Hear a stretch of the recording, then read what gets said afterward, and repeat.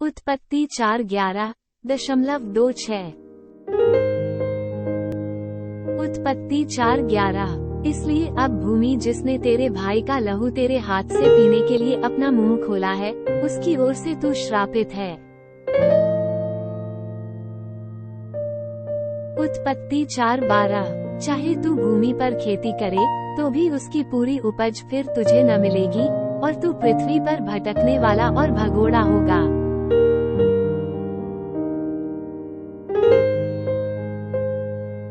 उत्पत्ति 4:13। तब कैन ने यहोवा से कहा, मेरा दंड असहनीय है। उत्पत्ति 4:14। देख, तूने आज के दिन मुझे भूमि पर से निकाला है, और मैं तेरी दृष्टि की आड़ में रहूंगा और पृथ्वी पर भटकने वाला और भगोड़ा रहूंगा, और जो कोई मुझे पाएगा, मेरी हत्या करेगा।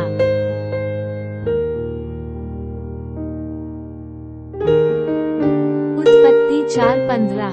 इस कारण यहोवा ने उससे कहा, जो कोई कैन की हत्या करेगा उससे 7 गुना पलटा लिया जाएगा। और यहोवा ने कैन के लिए एक चिन्ह ठहराया, ऐसा न हो कि कोई उसे पाकर मार डाले।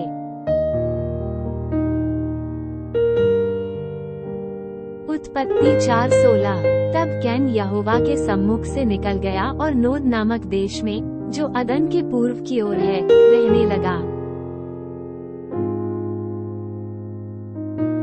उत्पत्ति 4:17। जब कैन अपनी पत्नी के पास गया तब वह गर्भवती हुई और हनोक को जन्म दिया। फिर कैन ने एक नगर बसाया और उस नगर का नाम अपने पुत्र के नाम पर हनोक रखा। उत्पत्ति 4:18।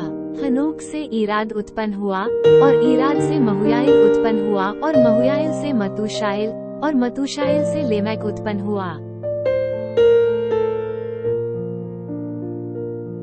उत्पत्ति 4:19। लेमेक ने 2 स्त्रियां ब्याह ली, जिनमें से एक का नाम आदा और दूसरी का सिल्ला है। उत्पत्ति 4:20। आदा ने याबाल को जन्म दिया। वो उन लोगों का पिता था जो तंबुओं में रहते थे और पशुओं का पालन करके जीवन निर्वाह करते थे। उत्पत्ति 4:21। उसके भाई का नाम युबाल था। वो उन लोगों का पिता था जो वीणा और बांसुरी बजाते थे। उत्पत्ति 4:22। और सिल्ला ने भी तुबल कैन नामक एक पुत्र को जन्म दिया। वो पीतल और लोहे के सब धार वाले हथियारों का गढ़ने वाला हुआ। और तुबल कैन की बहन नामाह थी। उत्पत्ति 4:23। लेमेक ने अपनी पत्नियों से कहा, हे आदा और हे सिल्ला मेरी सुनो। हे लेमेक की पत्नियों, मेरी बात पर कान लगाओ। मैंने एक पुरुष को जो मुझे चोट लगाता था, अर्थात एक जवान को जो मुझे घायल करता था, घात किया है। उत्पत्ति 4:24। जब कैन का पलटा 7 गुना लिया जाएगा, तो लेमेक का 77 गुना लिया जाएगा। उत्पत्ति 4:25।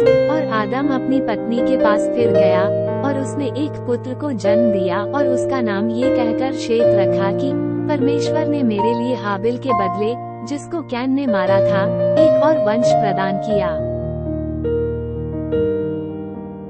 उत्पत्ति 4:26।